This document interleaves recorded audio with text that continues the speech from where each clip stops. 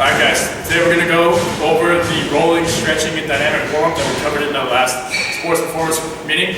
Alright, we're not going to physically show you the rolling, right? We just will be able to roll the calves, the hamstrings, the glutes, the back. If we have enough time, that posterior shoulder may be a little lat. Alright, and then definitely quads and adductors. Remember, we're getting and priming the tissue for the adaptation which we're hoping to achieve, with this workout or after workout. It's good for increasing blood flow, moving water around, but most importantly, especially for your older clients, right? We're trying to take them from that really stressed, tense, sympathetic environment that they're in and bring them down a little bit, right? Turn back the dial, get them to a more relaxed state. When we're more relaxed, we naturally have more range of motion. So that's what we want to get them. If we can get them into more range of motion naturally, when we're trying to teach something, it's more likely to stick, right? And that's going to make us more successful, quicker, and more effective. Right? So our first part of our mobility is going to be the 90-90 position. What we're looking for, obviously, 90 degrees of flexion in the front hip, and 90 degrees of deflection in the back hip. So we're looking for that chest to come out over the knee and not straight down. They should be working their breath as well, right? We're working in through the nose, filling the belly, out through the mouth, relax. And then work out a little further, right? Don't have your athletes, right, round straight down to their knee. That means they're probably a little tight and they don't like to stretch, right? If you have an athlete like this, you can tell that they're very flexible and maybe they don't spend as much time here. Right, we're looking good. I also remember we're telling them, hey, right, you have a weight or a scale underneath your knee. Let's try and press inside a little bit, right? So we can get a little bit of activation there, they can relax, and then we get that PNF style stretch to allow them into a deeper range of motion too. After we've done 3 breaths on this side, both hands are going to go behind us, right? We're pushing down nice and tall.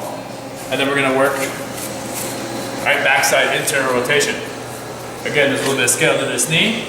We're trying to drive that knee into the ground, simultaneously driving this hip into the ground as well. And we're turning that chest to the back heel, right? We're feeling that stretch in the hip flexor, maybe a little bit of TFL. Same thing. We're breathing, we're breathing, we're breathing. If you see your athletes or your clients tensing up, right, we're not achieving the goal, right? If you're stretching and doing mobility, trying to relax, gain some range of motion, and trying to explore some new ranges of motion. And then you can relax, and then you'll switch, right? So next, because we have toes off, we're gonna go into our toe rocks. So we're up into our big toes, right? So toe rocks first, because if we go right into toe sits, and your client can't do that, that's gonna be a bad time for them, right? We don't wanna force them the range of motions that they don't own yet. So with the toe rock, we're going to be here, we're just going to be rocking back and forth, slowly, seeing how much range of motion they can get. If you have older clients, women clients that wear high heels a lot, demographic, they're probably not going to have a lot of range of motion, they may not. So they will start here, or maybe not get too high. If you have good athletes, or some hypermobile clients, they might get the feet all the way, or knees all the way down to the ground. If they can, you can get them into a toe sit. So she'll have her knees on the ground, up tall, working weight into that toe, working through breath again as well.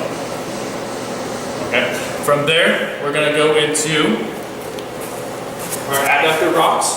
So one knee will be on the ground, one leg will be straight out. We're going to find a center point with our hands, roughly between the two. We're going to inhale out front, breathe as we pull ourselves back into a stretch. All right. So that extended knee on the left side, as you can see here, her stretch is going to feel a little lower towards that knee. On her bent side, she's going to feel a little higher up to the groin. And then you'll go through 3 breaths here, and then you'll switch and do the other side.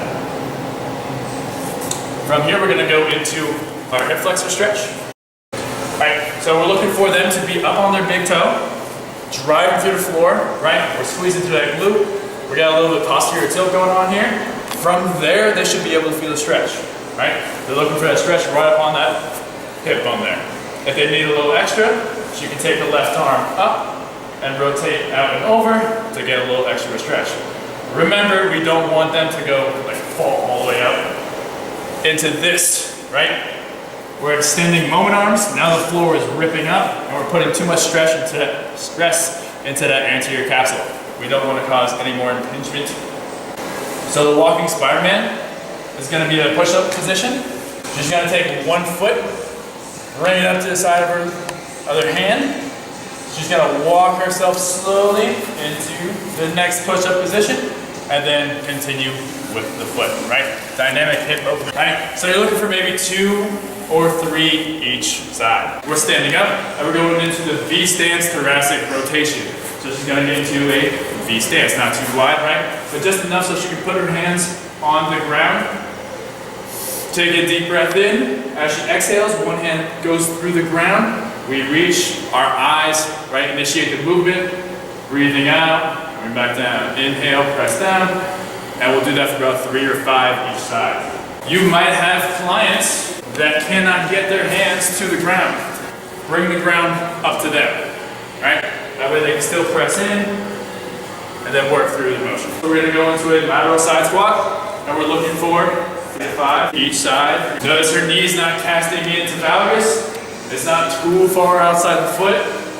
Her hips are gonna shift back a little bit and her hands are out front, creating that counterbalance that we're looking to see. After that, if you wanna add in some regular stance squats, you can do that. Okay, so now we're going into the dynamic part of the warm-up. Remember the warm-up